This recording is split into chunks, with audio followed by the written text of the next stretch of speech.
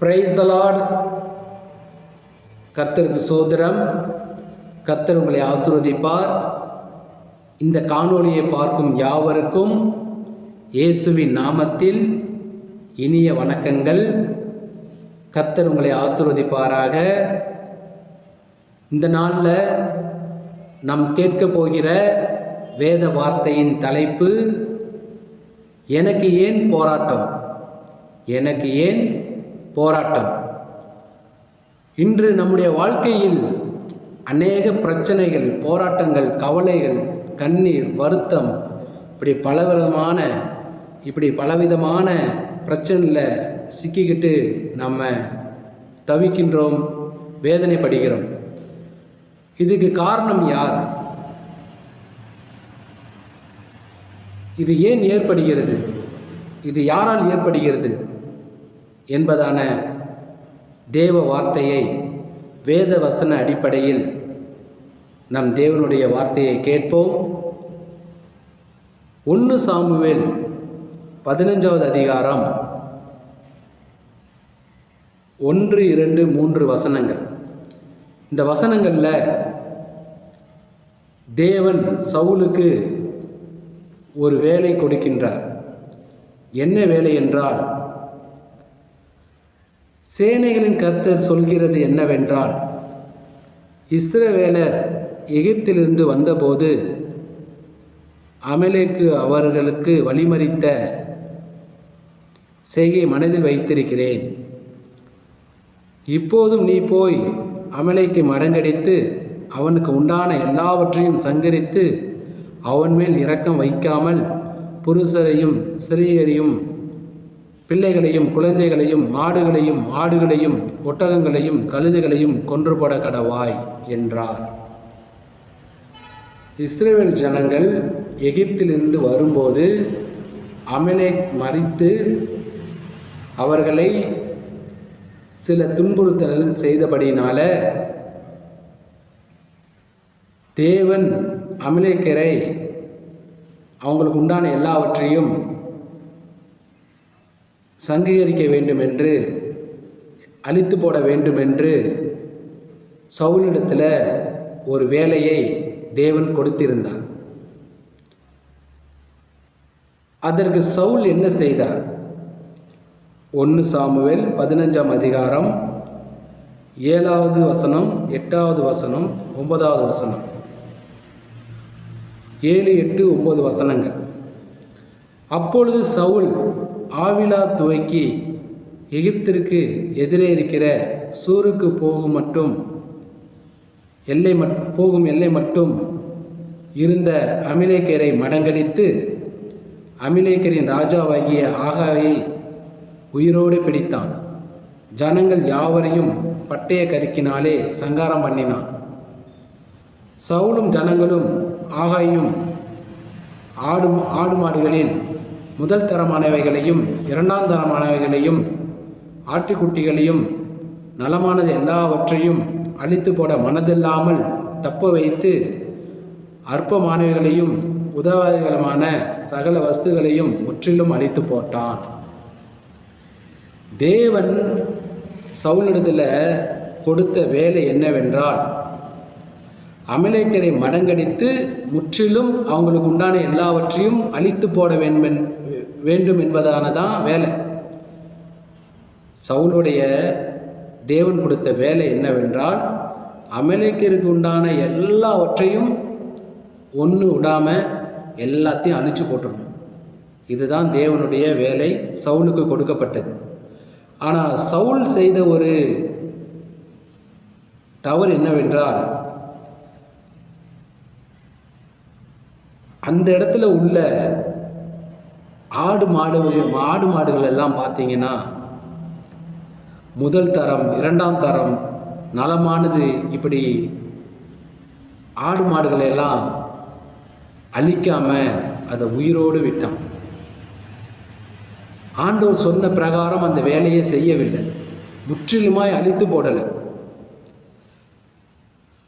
ஆடு மாடுகளில் முதல் தரம், 2ஆம் தரம், நலமானது, புஷ்டியாக நல்லா கொழுமையான ஆடு மாடுகள் எல்லாம் சவுல் அழித்து போடலை.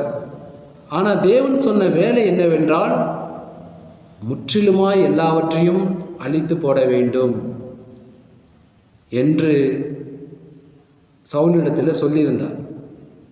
ஆனால் சவுல் அதை செய்யவில்லை. தேவன் சொன்ன வார்த்தையின்படி சவுல் செய்யவில்லை. அதில் அநேக ஆடு மாடுகளை அவன் உயிரோடு விட்டு விட்டான். இதனால் தேவன் சவுலை பார்த்து என்ன சொன்னார் என்றால், அப்பொழுது கர்த்தருடைய வார்த்தை சாமுவேலுக்கு உண்டாகி அவர் சொன்னது, இப்படி சவுல் அந்த வேலையை சரியாக செய்யாதனால தேவன் சாமுவேல் தீர்க்கதரிசி மூலியமாக சவுலிடத்தில் சொல்லக்கூடிய அந்த வார்த்தை என்னன்னா, 1 சாமுவேல் 15:10 வசனம் 11 வசனம். 1 சாமுவேல் 15 அதிகாரம் 10-11 வசனங்கள். அப்பொழுது கர்த்தருடைய வார்த்தை சாமுவேலுக்கு உண்டாகி அவர் சொன்னது, நான் சவுலை ராஜாவாக்கினது எனக்கு மனஸ்தாபமாய் இருக்கிறது. அவன் என்னை விட்டு திரும்பி என் வார்த்தைகளை நிறைவேற்றாமல் போனான். ஆண்டவருடைய வார்த்தை,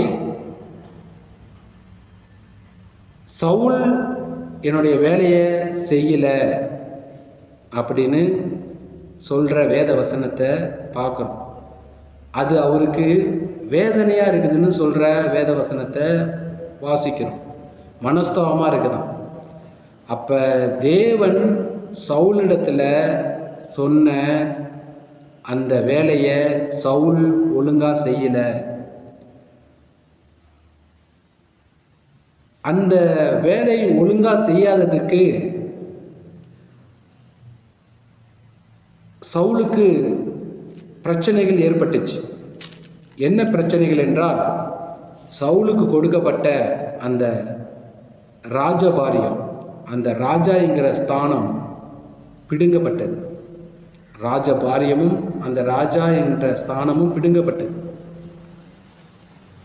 1 சாமுவேல் 15 அதிகாரம் 23 வசனம். நீர் கர்த்தருடைய வார்த்தையை புறக்கணித்தபடியினால் அவர் உம்மை ராஜாவாய் இராதபடிக்கு புறக்கணித்து தள்ளினார் என்றான். இப்போ சவுலுக்கு பெரிய ஒரு இழப்பு. ஆண்டவர் கொடுத்த வேலையை சவுல் ஒழுங்காக செய்யாததுனால சவுலுக்கு ஏற்பட்ட இழப்பு ரொம்ப பெரிய ஒரு இழப்பு. இஸ்ரவேலை ராஜபாரியம் பண்ணிக்கிட்டு இருக்கான். பெரிய ஒரு ஸ்தானம், ராஜா என்பதான ஒரு கனமான ஸ்தானம். அப்படியாப்பட்ட ஒரு பெரிய அந்த ராஜா என்பதான ஸ்தானத்தை இழக்கிறான். அந்த ராஜபாரியம் பண்ணக்கூடிய அந்த காரியத்தையும் இழக்கிறான். காரணம், தேவன் சொன்ன அந்த வேலையை சவுல் ஒழுங்காக செய்யவில்லை. தேவன் சொன்ன வேலையை சவுல் ஒழுங்காக செய்யலை. இதுக்கு காரணம் என்னன்னு பார்த்தா, இப்படியாப்பட்ட போராட்டத்துக்கு, பிரச்சனைக்கு, இப்படியாப்பட்ட இழப்புக்கு சவுலுக்கு ஏற்பட்டதுக்கு காரணம் என்னன்னு பார்த்தா, 1 சாமுவேல் 15 அதிகாரம் 24 வசனத்தில் சவுலே தன் வாயால் சொல்கிறார். அப்பொழுது சவுல் சாமுவேலை நோக்கி, நான் கர்த்தருடைய கட்டளைகளையும் உம்முடைய வார்த்தைகளையும் மீறினதினாலே பாவம் செய்தேன். நான் ஜனங்களுக்கு பயந்து அவர்கள் சொல்லை கேட்டேன். சவுல் தேவன் சொன்ன வார்த்தையும் அந்த வேலையையும் ஒழுங்காக செய்யலை. தேவன் சொன்னதை மீறி, தேவ வார்த்தையை மீறி சவுல் அந்த வேலைகளை செய்யாமல் போனார். அமலேக்கியரை முற்றிலும் மடங்கடித்து அவர்களை அழித்து அவர்களுக்கு உண்டான ஆடு மாடுகளை சங்கரிக்க வேண்டும், முற்றிலுமாய் அழித்து போட வேண்டும் என்று தேவன் சவுலிடத்தில் சொல்லியிருந்தார். ஆனால் சவுல் அப்படி செய்யாமல் அதை மீறி ஆடு மாடுகளில் நலமானது முதல் தரம், இரண்டாம் தரம் என்று அதை அழிக்காம விட்டுவிட்டார். இதனால் சவுலுக்கு பெரிய ஒரு இழப்பு, போராட்டம் நேரிட்டது. என்னவென்றால், சவுலுடைய ராஜா என்பதான ஸ்தானமும் அவர் செய்து கொண்டு வந்த ராஜபாரியம் என்பதான ஆளுகையும் சவுலிடத்திலிருந்து பிடுங்கப்பட்டது. அதிலிருந்து சவுல் புறக்கணிக்கப்பட்டார். இதற்கு காரணம் யார் என்றால் மற்றவர்கள். நான் ஜனங்களுக்கு பயந்து அவர்கள் சொல்லை கேட்டேன் என்று சவுல் சொல்கிறார். அப்ப இந்த பெரிய ஒரு இழப்புக்கு, போராட்டத்துக்கு, பிரச்சனைக்கு சவுல் போவதற்கு காரணம், புறக்கணிக்கப்படுவதற்கு காரணம் மற்றவர்கள் பேச்சை கேட்டதுனால. மற்றவர்கள் பேச்சை கேட்டதுனால இப்படியாப்பட்ட பிரச்சனை, இழப்பு, போராட்டம் சவுலுக்கு வந்தது. இந்த வார்த்தையை கேட்கிற அருமையான சகோதர சகோதரிகளே, உங்களுக்கு தேவன் சொல்ல விரும்புவது, தேவன் நமக்கு கடைபிடிக்க சொல்லி 10 கட்டளைகளை கொடுத்திருக்கிறார். வேதத்திலிருந்து அநேக வார்த்தைகளை கொடுத்திருக்கிறார். இதை கடைபிடிக்க வேண்டும், இதன்படி செய்ய வேண்டும் என்று நம்மிடத்தில் தேவன் சொல்லியிருக்கிறார். ஆனால் இதை செய்யாதபடி, இதை மீறி நடக்கும்படி, பாவம் செய்யும்படி, நம்ம பாவத்துக்குள்ளாக தள்ளுவது மற்ற நபர்களாக இருக்கிறார்கள் என்பதை நாம் புரிந்து கொள்ள வேண்டும். மற்ற நபர்கள் அதற்கு காரணமாக இருக்கிறார்கள் என்பதை நாம் புரிந்து கொள்ள வேண்டும். நாம் தெளிவாக இருக்க வேண்டும். மற்ற நபர்கள் நம்மை பாவத்துக்குள் தள்ள காரணமாக இருக்கிறார்கள். எப்படி சவுல் தேவனுடைய வார்த்தையை மீறி அவர் சொன்னதை செய்யாமல் போனாரோ, அதுக்கு காரணம் என்னவென்றால் ஜனங்கள் என்று சவுலே சொல்கிறார். அதே போல நம்ம பாவம் செய்ய, பாவத்தில் விழ, நமக்கு பின்னாடி மற்றவர்கள் இருக்கிறார்கள் என்பதை நாம் புரிந்து கொள்ள வேண்டும். இந்த வார்த்தையின் மூலம் அதனால் விழிப்பாக இருந்து, தெளிவாக இருந்து, மற்றவர்கள் எவ்விதத்தில் நம் பாவம் செய்ய நம்மை தூண்டினாலும், காரணமாக இருந்தாலும், நாம் அதற்கு செவி கொடுக்காமல் நாம் தேவனுடைய வார்த்தையை உறுதியாய் பற்றி கொள்வோம், பிடித்து கொள்வோம், அவர் சொன்னபடி செய்வோம், ஆசீர்வாதங்களை பெற்றுக்கொள்வோம், மகிழ்ச்சியோடு சந்தோஷத்தோடு வாழ்வோம். மற்றவர்கள் பேச்சை கேட்டு, மற்றவர்கள் சொல்கிறார்கள் என்று மற்றவர்கள் ஆசை வார்த்தை கூறுகிறார்கள், மற்றவர்கள் ஆசையாக அந்த காரியங்களை செய்ய உங்களை பிடிவாதமாக உங்களை அந்த வழியில் செல்ல உங்களை தள்ளுகிறார்கள் என்று சொல்லி நீங்கள் அந்த காரியத்தை செய்து தேவனுக்கு விரோதமான மனிதனாக, பிள்ளையாக மாறிடாதீர்கள். அப்படி செய்யும்போது நமக்கு பலவிதமான பிரச்சனையும், போராட்டமும், பல இழப்புகளும் நமக்கு நேரிடும். மற்றவர்கள் பேச்சை கேட்டு அப்படி தேவனுக்கு விரோதமாய் பாவம் செய்யாதபடி நம் விழிப்போடு இருந்து தேவனுடைய வார்த்தையை கீழ்ப்படிந்து அவர் சொன்னபடி செய்து ஆசீர்வாதத்தை பெற்றுக்கொள்வோம்.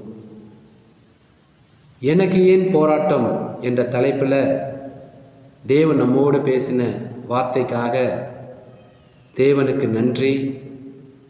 கர்த்தர் நம்மை ஆசீர்வதிப்பார். ஆமென். Praise the Lord.